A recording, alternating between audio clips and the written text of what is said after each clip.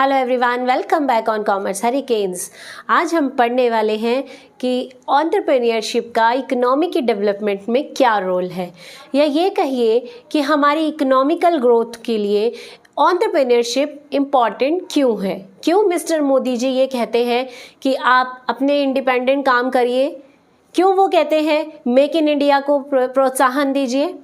जाइए जानते हैं, क्योंकि इससे सिर्फ आप ही का ही नहीं बल्कि कंट्री का भी फायदा होता है। तो ये रहा आज का आपका टॉपिक, इसका स्क्रीनशॉट ले लीजिए। और स्टार्ट करने से पहले मैं कहना चाहूँगी कि अगर आप चैनल पर नए हैं और अभी तक चैनल सब्सक्राइब नहीं किया है तो जल्दी से कर दीजिए।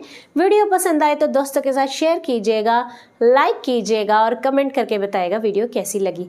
तो इसमें सबसे पहला पॉइंट आता है फ्यूलिंग इकोनॉमिक ग्रोथ, यानी कि हमारी जो इकोनॉमिक कंडीशन है उसको ये फ्यूल देने का काम करता है, यानी उसको बढ़ाता है। जैसा कि आप देख रहे हैं कि हमारी इकोनॉमी गिर रही थी, लेकिन अब ज़्यादा एंटरप्रेन्योरशिप होने की वजह से वो इंक्रीज़ हो गई है। ऐसा क्यों? क्योंकि हम सैलरी पर डिपेंड नहीं कर रहे, हम बिजनेसमैन बन गए हैं। हम ज़्यादा प्रॉफिट कमाएंगे तो उस पर ज़्यादा टैक्स दे पाएंगे। टैक्स गवर्नमेंट को ज़्यादा मिलेगा तो उस टैक्स के पैसे से गवर्नमेंट कंट्री के डेवलपमेंट का काम कर सकती है। नेक्स्ट आता है क्रिएटिंग इनोवेशंस, यानी कि एंटरप्रेन्योरशिप हमेशा कोशिश करते हैं कुछ नया कर दिखाने की, क्योंकि उन्हें कंपटीशन को फेस करना है। तो वो हमेशा नए नए तौर तरीके लेकर आते हैं, नई चीज़ें प्रोडक्ट्स और सर्विसेज में लेकर आते हैं, जिससे कि पर्सन का फ़ायदा होता है। मतलब कस्टमर्स का तो बेनिफिट है ही, क्योंकि उन्हें बेटर क्वालिटी का प्रोडक्ट मिल रहा है, साथ ही साथ कंट्री का भी फायदा है, क्योंकि हमारे यहाँ गुड इनोवेशंस हो रही हैं।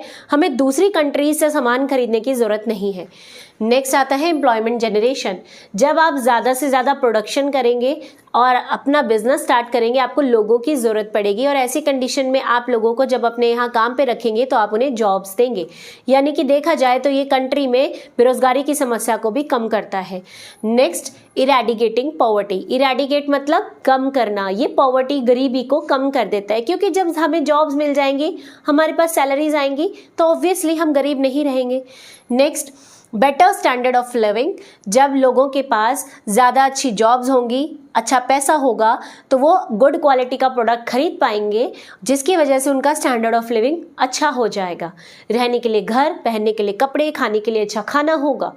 नेक्स्ट, कैपिटल फॉर्मेशन, यानी कि इकोनॉमी में कैपिटल का फ्लो बढ़ जाता है, पैसे का मनी फ्लो बढ़ जाता है, क्योंकि हम एक दूसरे से चीज़ें खरीद रहे हैं, बेच रहे हैं, तो पैसे का आना जाना बढ़ जाता है।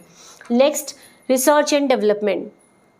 हमें कंपटीशन फेस करने के लिए अपने प्रोडक्ट या सर्विसेज में हमेशा इंप्रूवमेंट्स करनी पड़ती हैं, और ये इंप्रूवमेंट की जाती है रिसर्च एंड डेवलपमेंट से। पहले हम मार्केट को रिसर्च करते हैं, वहाँ फाइंड आउट करते हैं कि लोगों की नीड, वांट और डिमांड किस तरह की है। फिर उसको पूरा करने के लिए हम किस तरह का प्रोडक्ट प्रोवाइड कर सकते हैं, ये हम सोचते हैं। इसके बाद उस प्रोडक्ट हमें किस तरीके से एडवर्टीजमेंट्स करनी है, ये भी हम सोचते हैं। यानी कि प्रॉपर रिसर्च एंड डेवलपमेंट के थ्रू हम एंटरप्रेन्योरशिप करते हैं, जिससे कंट्री का फ़ायदा होता है। कम रिसोर्सेज में ज़्यादा लोगों की नीड हम पूरी कर सकते हैं। Next, dispersal of economic power. Dispersal का मतलब होता है फैल जाना। इकोनॉमिक पावर का मतलब होता है स्ट्रांग लोग, जो मतलब स्ट्रांग मीन्स ऐसे वाले स्ट्रांग नहीं, स्ट्रांग मीन्स पैसे से स्ट्रांग। पहले के टाइम पर कुछ ही कंपनीज थी जिनके मालिकों के पास ज़्यादा पैसा था, बाकी तो छोटे मोटे बिजनेसमैन हुआ करते थे। लेकिन आजकल एंटरप्रेन्योरशिप को बढ़ावा दिया गया है। आजकल हर जगह हर कोई बिजनेसमैन बनना चाहता है और वो पैसा कमा रहा है। यानी अब इकोनॉमी की जो पावर है वो कुछ चुनिंदा लोगों के हाथ में नहीं रही, ये फैल चुकी है। आजकल हर कोई बिजनेसमैन बन रहा है, और बहुत ही अच्छा काम करने की वजह से वो अच्छे बिजनेसमैन भी बन पा रहे हैं। तो यानी कि अब मोनोपोली नहीं रही, अब कंपटीशन का समय आ गया है। नेक्स्ट आता है हायर प्रोडक्टिविटी, यानी कि जब लोगों की डिमांड, नीड आप पूरी करेंगे तो ऑब्वियसली आपके प्रोडक्ट की मार्केट में डिमांड और ज़्यादा बढ़ जाएगी, और डिमांड बढ़ेगी तो आपको ज़्यादा प्रोडक्शन करना पड़ेगा, और इसी वजह से कंट्री में रॉ मटेरियल्स का सही इस्तेमाल होता है।